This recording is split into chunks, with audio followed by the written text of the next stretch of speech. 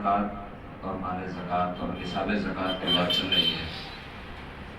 آج ایک مسئلہ جس میں لوگ اکثر مغالطے میں رہتے ہیں اس کی توضیح کر دیتا ہوں، چونکہ وقت بہت کم بچا ہے۔ لگتا ہے آپ لوگوں کو مسئلوں میں دلچسپی نہیں رہ گئی ہے، اسی لیے آرام سے آتے ہیں، لوگ سنت پڑھتے رہتے ہیں، اس کا بھی خیال کرنا پڑتا ہے۔ تو مسئلہ اگر سیکھنا ہے تو اس کے لیے اذان کے وقت ہی مسجد میں آنا پڑے گا، تاکہ سنت پڑھ کے ایک ساتھ لوگ فارغ ہو سکیں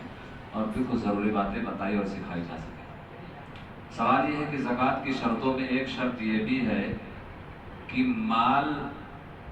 پر مکمل 1 سال کا گزر جانا، مال پر حولان حول جسے کہتے ہیں۔ تو ایک شخص ایسا ہے جو مالک نصاب ہے،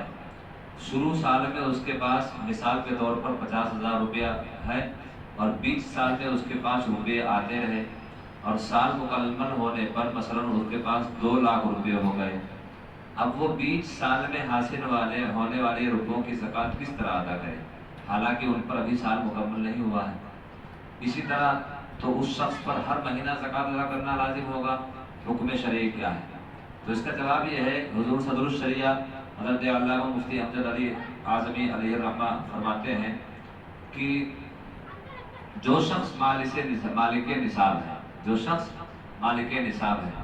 اگر درمیان سال میں کچھ اور مال اسی جنس کا، جنس دیکھنا چاہیے، روپیہ، کپڑا، بکری،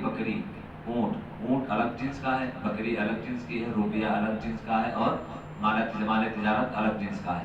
اگر اسی جنس کا، جیسے ہم روپیے سے مالک نصاب بنے تھے شروع سال میں، مالک نصاب تھے روپیے سے، اب 20 سال میں ہمارے پاس کچھ روپیہ ایڈ ہوتا گیا، تو سال مکمل ہونے سے 1 منٹ پہلے بھی اگر وہ روپیہ ہمارے پاس ایڈ ہوا ہے تو وہ نصاب میں جوڑا جائے گا اور اس کی زکوٰۃ ادا کی جائے گی۔ اگر ایسا ہو کہ ہمارے پاس پہلے اونٹ تھی، اونٹ پر ہم مالک نصاب تھے، اونٹ کی زکوٰۃ تھی، لیکن 20 سال میں بکریاں بھی آ گئیں، اب اونٹ ایک الگ جنس ہے اور بکری ایک الگ جنس ہے، اب بکریوں پر پورا سال گزارنا ضروری ہوگا۔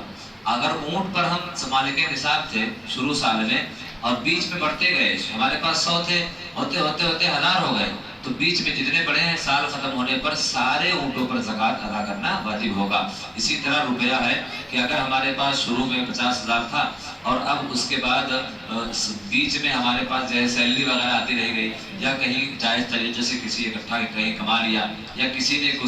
کسی کو کچھ ہبہ یا ہدیہ کر دیا 10، 20، 50,000 روپیہ، تو اس کی کیا صورت ہوگی؟ تو اس کی صورت یہ ہے کہ روپیے کے جنس سے ہی ہے، لہٰذا آپ مالک نصاب ہیں پہلے سے، اب 20 سال میں اگر کچھ رقم آپ کے پاس ایڈ ہو رہی ہے تو اس کی بھی زکوٰۃ سال ختم ہونے پر نکالی جائے گی، اس کے لیے نیا سال گھمانے کی ضرورت نہیں ہے۔ جنس تبدیل اگر ہو جائے، جیسے مثال کے طور پر ہمارے پاس سونا، زیور اور چاندی اور روپیہ اور کیش وغیرہ تھا، ہم اس سے مالک نصاب ہیں، 10-20 لاکھ کے مالک ہیں، لیکن ہم نے 20 سال میں کپڑے کا کاروبار کیا اور ہم نے کپڑا خریدا، تقریباً 5 لاکھ روپے کا کپڑا خرید لیا، اب اس کپڑے کی جنس پر